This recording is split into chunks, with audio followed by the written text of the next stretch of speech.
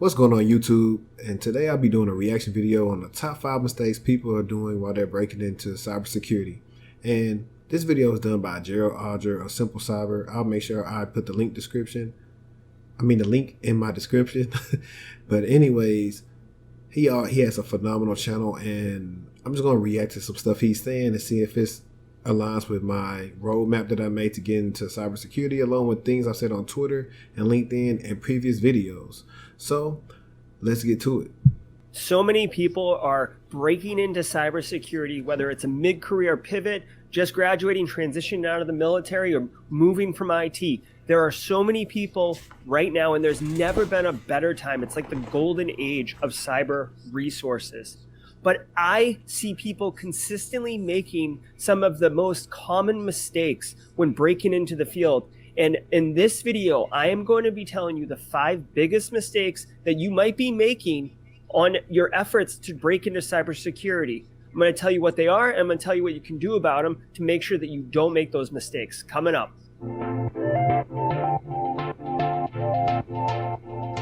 Hey everybody, welcome to Simply Cyber, the YouTube channel designed to help you make and take a cybersecurity career further, faster. Very excited about this video. We're going to be talking the top 5 things that, are just common mistakes that if you didn't know would be easy to make, and it's completely understandable. So let's not mess around. Let's jump right into the list and get those mistakes corrected, okay? Number 1, arguably the most important one that there is not networking or undervaluing networking. Now, when I say networking, what I'm talking about is professional interaction and communication, social networking, not, computer networking, although that is also quite important. But with professional social networking, you need to do it for several reasons.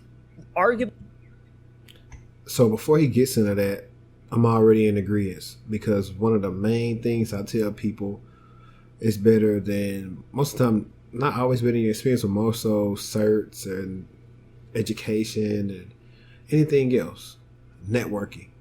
Networking can get a person with 0 experience a senior level job just based off of knowing somebody, based on them knowing your character, knowing that you've been putting in the work, and knowing that you can do this. This is something that network gets you. Or even if you don't get something somewhere, networking helps people just put you out there. You're only going to be as good as your network is. And a lot of times, I'll tell you guys right now, in your career, you need to focus on your network as much as you focus on certs and self-development, because your network will take you farther than all that. Trust me. If we're just going to see what he's going to say. So let's get back to it. Probably the most important one is because I would say like 50% of jobs that are cybersecurity related, 50% of those jobs go to people through networking, right? Like if I know someone who can do a certain skill, and I have a job or an opening or an opportunity for that particular skill set, I'm more likely to just reach out directly to that person and say, hey, are you interested in an opportunity? It's not a spoil system. It's not nepotism. It's just knowing, like going to a known quantity. And, honestly. And also, that's facts, because I'm going to tell you guys this. A lot of times while y'all probably not getting some of them jobs you applied to, whoever's on the team knew somebody that can do it already, and it was made it a faster process saying, hey, I know this person, they can do this. Bring them in, interview them once, see how you like them. If the manager likes them, they bring them on in. So that's how important a networker can be. It's hard to go against a network when you're trying to break in, and then you're going against people who have the same skill set, if not better, plus the network. So gotta work on that networking. And this video is going to probably be long, so what I'm going to do is I'm going to fast forward to point number 2. Learn from it. Number 3 is not staying up on current events or basically being aware of current threat intel. Okay, so here. Facts. And if you're watching this right now, please make sure you hit that subscribe button, hit the bell icon if you're enjoying this talk or this reaction video. But what I also say is, this is facts. When I was going through my interview process like years ago, I've always gotten questions saying, how do you stay current on cybersecurity related events? And I know, as small as that is very important, because when you work in cybersecurity, it's kind of it's a unique field, because while you're sleeping, something new is happening. Prime example, right now, the Casilla ransomware that popped, I think, for supply chain just came out. And this was, I want to say, on the end towards last week, came out, and it's been a lot of people, it's not as widespread, but some places are affected by it. And you got to be up on that, because now you got to go get the IOCs, look at the IPs, look up how it gets into the environment, and you got to spread like that and get that in your environment as soon as possible to make sure the environment's not susceptible to it. I know I, got into a lot of different things, but what I'm saying is, you wouldn't know that if you're not keeping up. Now, some of the ways I choose to keep up with this, I subscribe to blogs, Bleeping Computer, NIST News, Krebs on Security, listen to Darknet Diaries, you're gonna laugh, but Twitter, LinkedIn, and depending on what you look at on your phone or your computer, Google or Microsoft, whatever, start suggesting different things, and so that's great as well.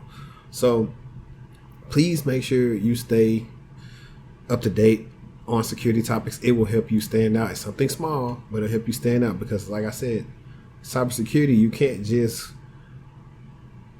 it's not a regular 9 to 5. It's not like working at a store like I used to work at a store. I could do my work and then come home. I don't have to worry about none of that crap.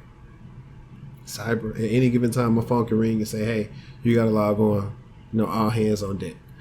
So I'm going to see a little bit what else he has to say, then we'll go to point 4. Is something that actually kind of pushes some people out of cybersecurity. Cybersecurity really isn't a 9 to 5 punch in, punch out, and check out kind of job. It is a lifestyle, and it's constantly changing. It's constantly developing.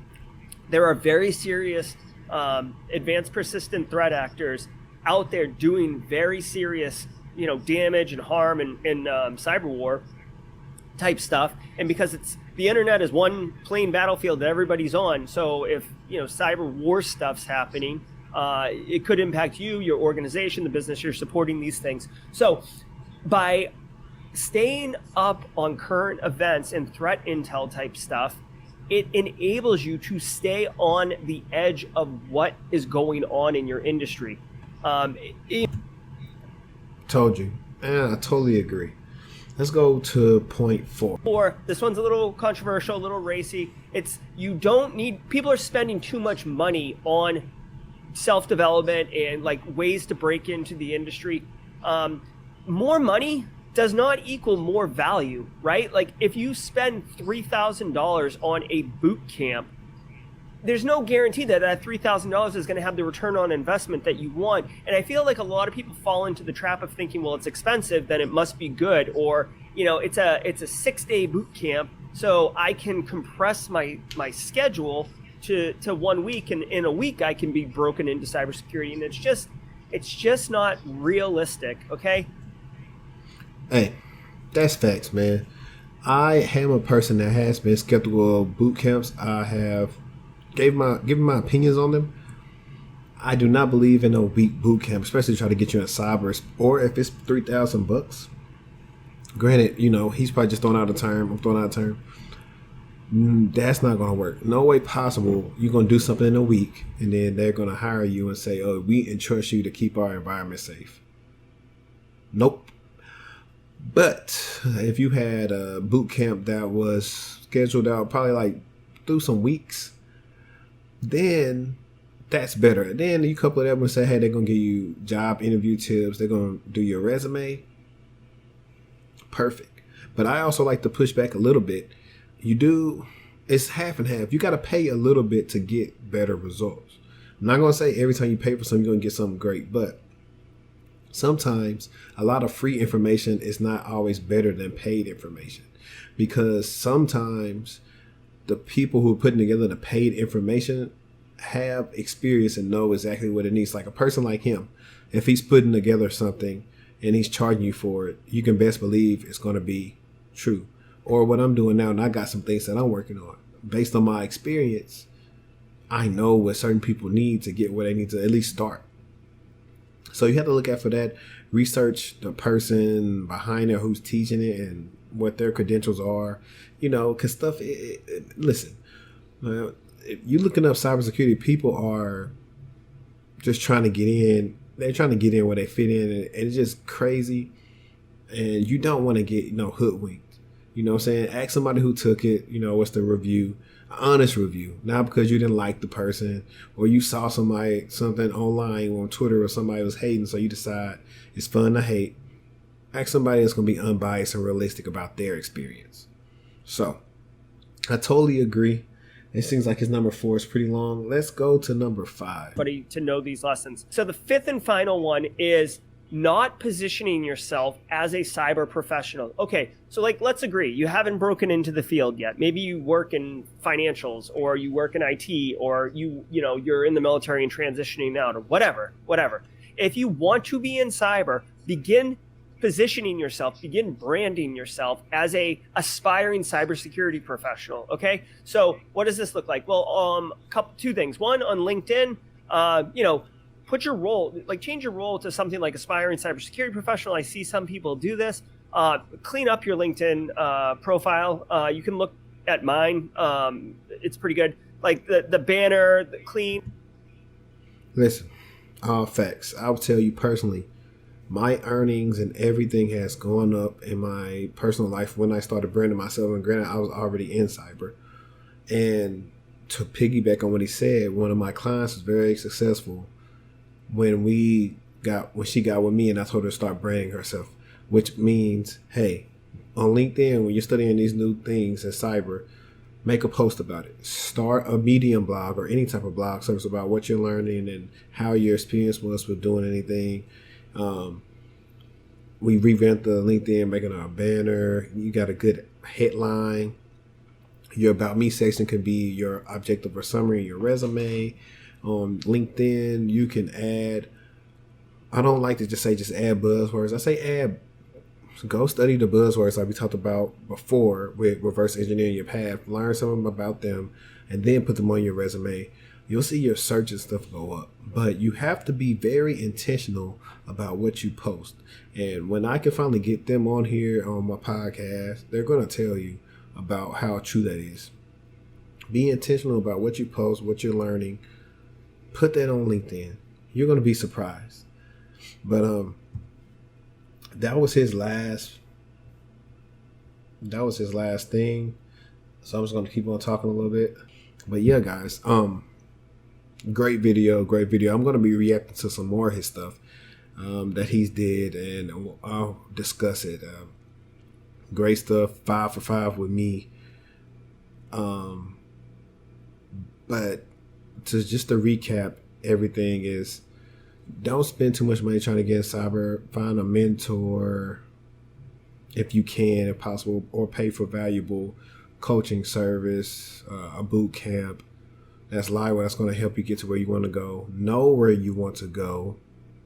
Start branding yourself and letting people know where you're trying to do. Get your LinkedIn connections up. I always tell my students, clients, at least have about 500 plus connections in the area you want to be in. Let's work on that resume, work on those skills, work on that network. The big end. Let's work on the network. All these things, I'm not going to tell you it's going to happen overnight, because with my client, it didn't happen in 2 weeks. One client happened for like that, but that was a different scenario. Everybody's situation is different. It takes time. But if you take your time and work on your skill set, you'll appreciate the end goal even more. But hey guys, that's been my reaction video today. I hope you guys enjoyed it. Leave comments below. Tell me what you thought about it.